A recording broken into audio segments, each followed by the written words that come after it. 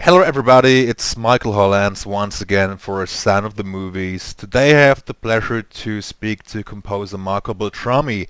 Over the past 20 plus years, Marco Beltrami has become one of the best and most sought after film composers in Hollywood. His impressive list of credits includes the Scream franchise, Mimic, Blade 2, Terminator 3, Live 3 or Die Hard, A Good Day to Die Hard, Hellboy, iRobot, The Homesman, Oscar-nominated scores 310 to Yuma and The Hurt Locker, Gods of Egypt, Snowpiercer, Snowman, and many more. Welcome, Marco. Hi. Marco, as I said in my introduction, you've had a very impressive career. Which score do you think represents some of your best work to date? Wow, you're starting off right off the bat with a tough question because I don't know. I mean, every score is different. I mean, some are hold better places in my heart than others, but it's hard for me to know if it's because of the music or the overall experience of scoring, or but a few that stick out to me as being really fun to do were The Homesman and for Tommy Lee Jones, and Logan with Jim Mangold, and Hellboy with Guillermo del Toro, um, and probably iRobot with Alex Proyas. Those were all a lot of fun to do, creatively inspiring. So I gave you four. You asked for one, but That's great. Um, would you also consider those projects really challenging in terms of collaboration, communication, and finding the right tones, the right music? um, not necessarily. I mean, definitely challenging in terms of creatively pushing a little bit. Um, but I think a film can get difficult when when the director has a different vision than what you have, and you sort of have trouble finding the common ground. And um, these projects were, I mean, they were definitely all challenging, all for different reasons. Um, but the, the thing that made them all fun was that I was on board with the director in terms of taking a creative journey and experimenting, and it was that pursuit of experimentation that was welcomed, um, and that made it, I think, something extra special as a journey. Great. I mean, I became conscious of your music when the first Scream was released back in 1997, I believe it was, and it also was basically your big break in Hollywood. Wow, you were aware from that was basically the first studio movie I did. I, to this day, love the Scream franchise, and I actually revisited all those movies a week ago. How do you remember those days working on the score, working with director Wes Craven? I remember being terrified most of the time. It was it's funny how much the business has changed in many ways. Working with Wes was great. I mean, he was very much a like a mentor towards me. He was an experienced filmmaker and had done a lot of stuff, and I was sort of green. Um, I had just moved to California a couple of years before, and had scored a TV show and a TV series, and that was it. Scream was the first horror movie I'd seen. I never was a fan for horror movies. I had a hard time watching them, and I remember being in the cutting room with Wes, reviewing the movie in the editorial, and just being kind of, terrified of the movie and all the blood and everything, but also the deadlines and the pressure. It was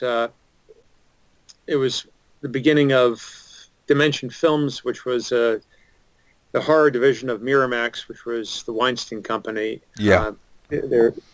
And they were notoriously difficult for good reason to work with.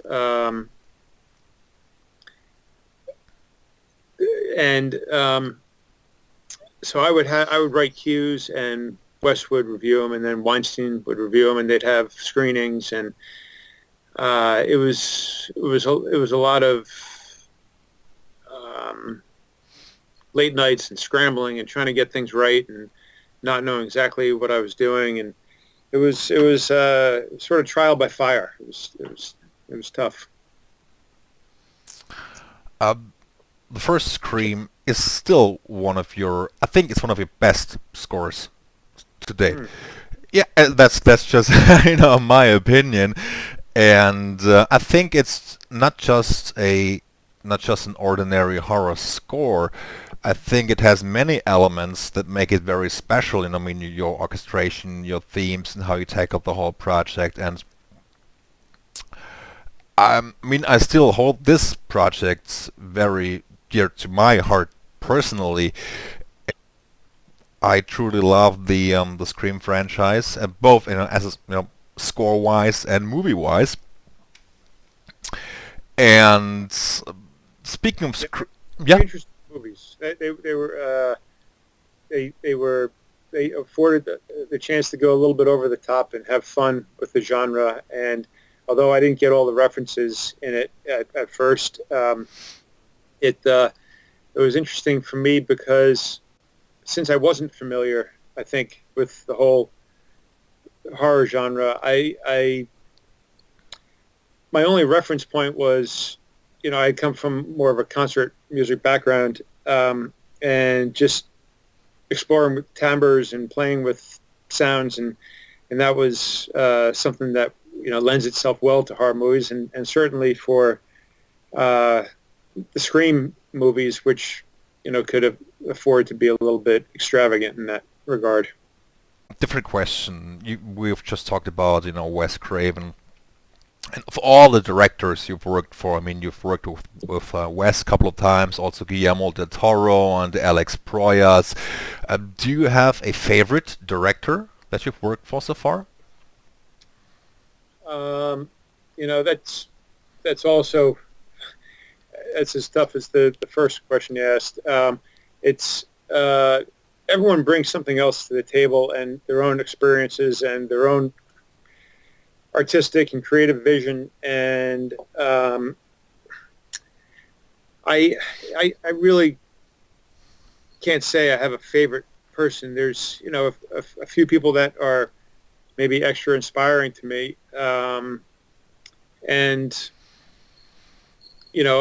like those films I mentioned before, they were inspiring, mainly because of the directors and the work that they created and the canvas that they gave me to work with. And I mean, I can remember a couple of directors I didn't really enjoy working with, but in terms of picking up a favorite, that'd be really difficult to do. I think you have a very strong work relationship with Bach Sanders, and you've worked together on a number of projects, Max Payne, Hurt Locker, and Blade 2. How do you two communicate? I mean, Bach has, provided some additional music, also synth programming. How did you two meet and end up working together? Well, we met back in 1996 on Scream because I had done so the first thing I did was a TV series called Land's End, and it was a fun show. Fred Dreyer was the actor and director, and they put out a CD of it. Buck happened to work in I don't know if you remember the laser discs. Yeah, sure. Yeah, he worked at a laser disc store and was a fan of the TV show, and through a mutual friend asked if he could come to one of an upcoming session, and that happened to be Scream. And I said, sure. And so I met him there, and then he was just curious to come by the studio, and so he came by a few times. And I grew up writing with a pencil and a paper, and I sort of reluctantly come to learning the bare minimum about computers and all that. And back when I started, it wasn't super important. But over the years, it's gotten much more crucial to your success as a composer. And a lot of the things that I am interested in, working with sound and timbre and processing instruments and all that, have gotten increasingly complex. And Buck has an innate ability with these things. And so we sort of became, over the years, very much a partnership. And we are now. I mean, and so while I might focus on certain things in the scoring process, he's really good at the more electronic nature of what we do. And we sort of have these different strengths that reinforce the scoring process. Now, on some films that might be more orchestral in nature, maybe Buck's role is more of like a score producer. On some scores, such as the Hurt Locker, which we both got nominated for. Yeah. Really the sound is the music, the way we're constructing things. So it was really us working side by side. As I was working on maybe some thematic stuff, it wasn't independent of the actual sound of the score. So it was really collaborative, and so the nature of our relationship changes based on the needs of the score. Great. Marco, you were a student of the legendary Jerry Goldsmith. What do you think was the most important thing you learned from Jerry Goldsmith? Jerry was a master of economy, writing things as simply as possible for the desired effect, and narrowing everything down to some sort of kernel of an idea that would develop throughout the film. So this really became obvious to me when I had to do the remake of The Omen, which was the only score that he got his Academy Award for. And as I studied his score, I realized that his whole score could be boiled down to just 3 notes, and really everything is derived from that. And that is something that has really resonated with me. That he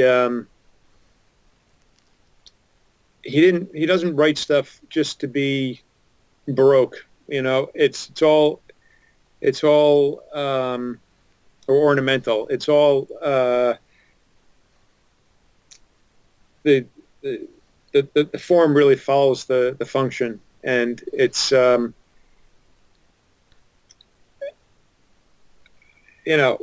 he's a master. You can study his stuff in any depth, and you always learn more.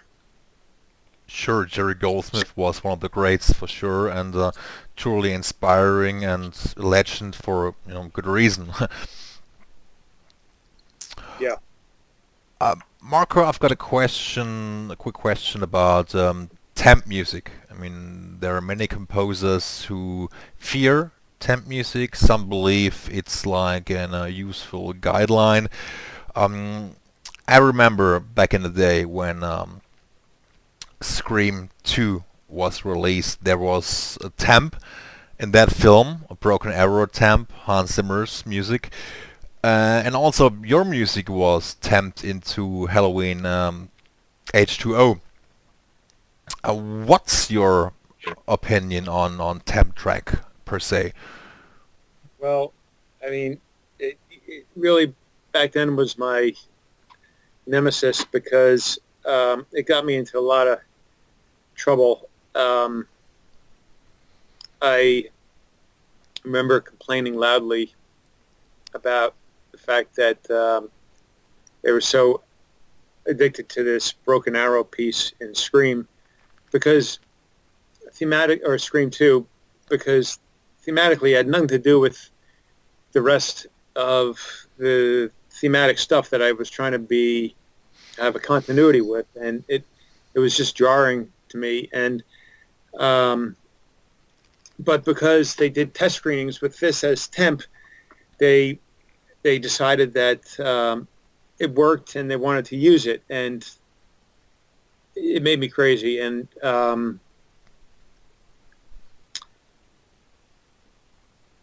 even there was a time the LA Times interviewed me right after that movie, and I talked about it.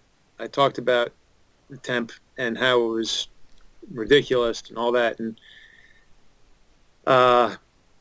then I got a call from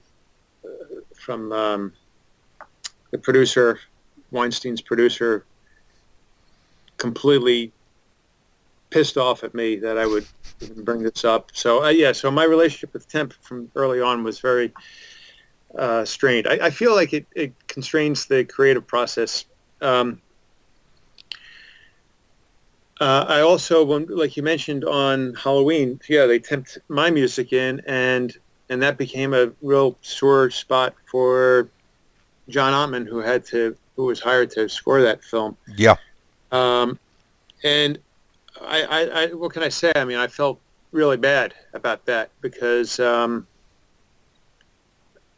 know what that was like well at that point, and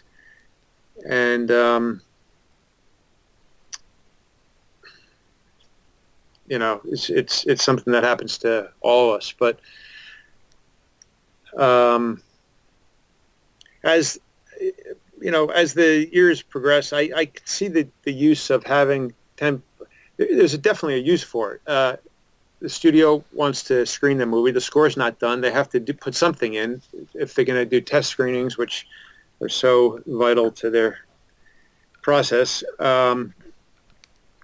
So the temp serves a role as a composer. If you can see, oh, okay, this is how they're thinking, this is what it needs to get out of it, great. If it's the attachment to the temp that really throws things off, because it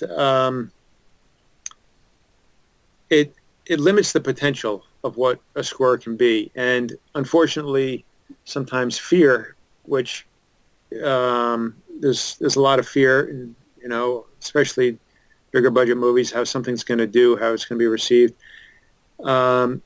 is something that they try to mitigate. And one way to do that is by having things that are proven, and it's easy to want to stay with it. So one of the key aspects of solving the puzzle of the film and the score is what it is that the director or anybody is latching on to about the temp, and then gives you the freedom to discard it. So that's that's how I feel about it. Great.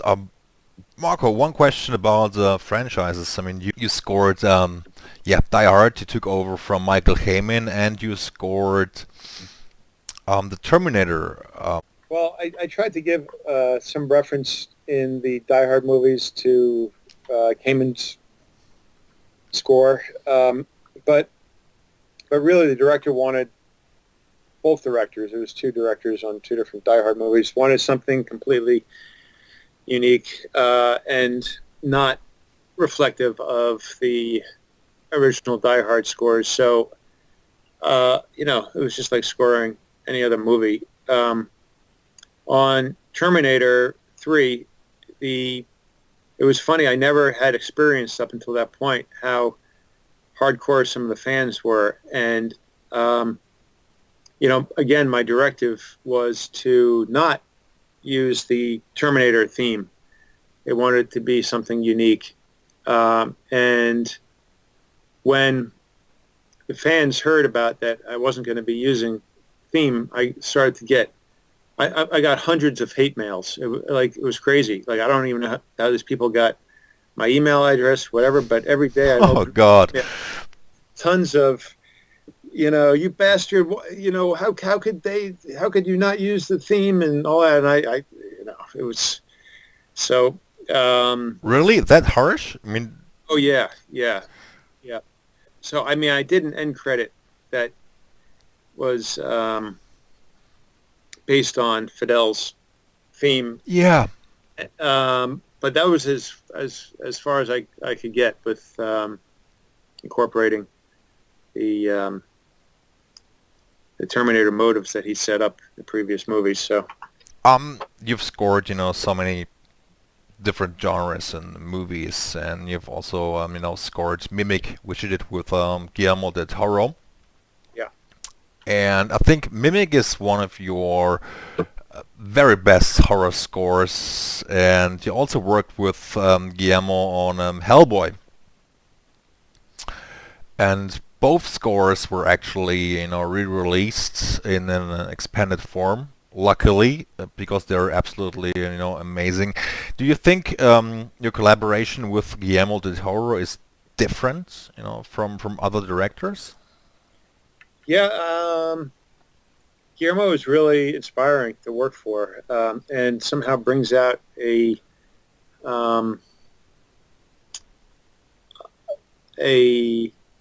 personality in my work that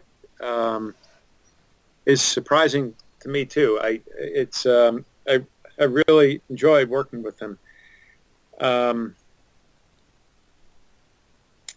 guess it's because he's such a creative artist himself.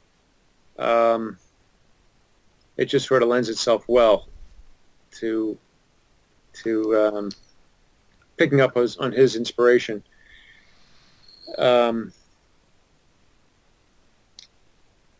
Yeah, I feel close to those scores as well. Hellboy and Mimic. They were an awful lot of fun to work on. Great. Let's move forward a couple of years. I mean, 2017, you had another very busy year. You scored Matilda, Snowman, Little Evil, First Day Killed My Father, and also Logan. I think my favorite score of 2017, which you wrote, was The Snowman. Yeah, film starring Michael Fassbender, which is a fantastic thriller score, and I just listened to it, a couple of hours before our interview. Could you give me some insights on Snowman and how? I feel a little bad for the director on that, Thomas, because he wasn't fully able to achieve his vision for the movie. But so the movie unfortunately falls a little short. But so I never met him until the scoring. I had Skyped with him. It was a sort of a last minute thing. I had to write it pretty quickly. I came up with some ideas for it and just sent him musical ideas, not really to picture. And he told me things that he liked, things that he responded to, things that he didn't like, and that was sort of we used these ideas that I sent almost like in place of temp, because we wanted to get started straight away, and the temp wasn't. I didn't think served the picture very well. So yeah, then wrote the score and came over and recorded in London and met Thomas there, and just a really easy process, really smooth. What's next for you, Marco? What are you working on right now?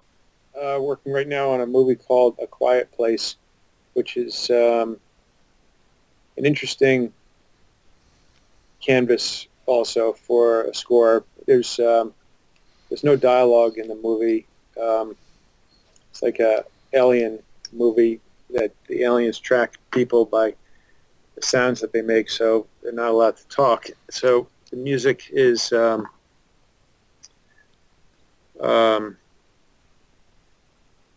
it's almost like almost like a character in the movie. But I'm sort of in the middle of that now. Okay, I mean, I think we're almost out of time, and I would like to thank you for taking so much time out of your schedule. You're welcome.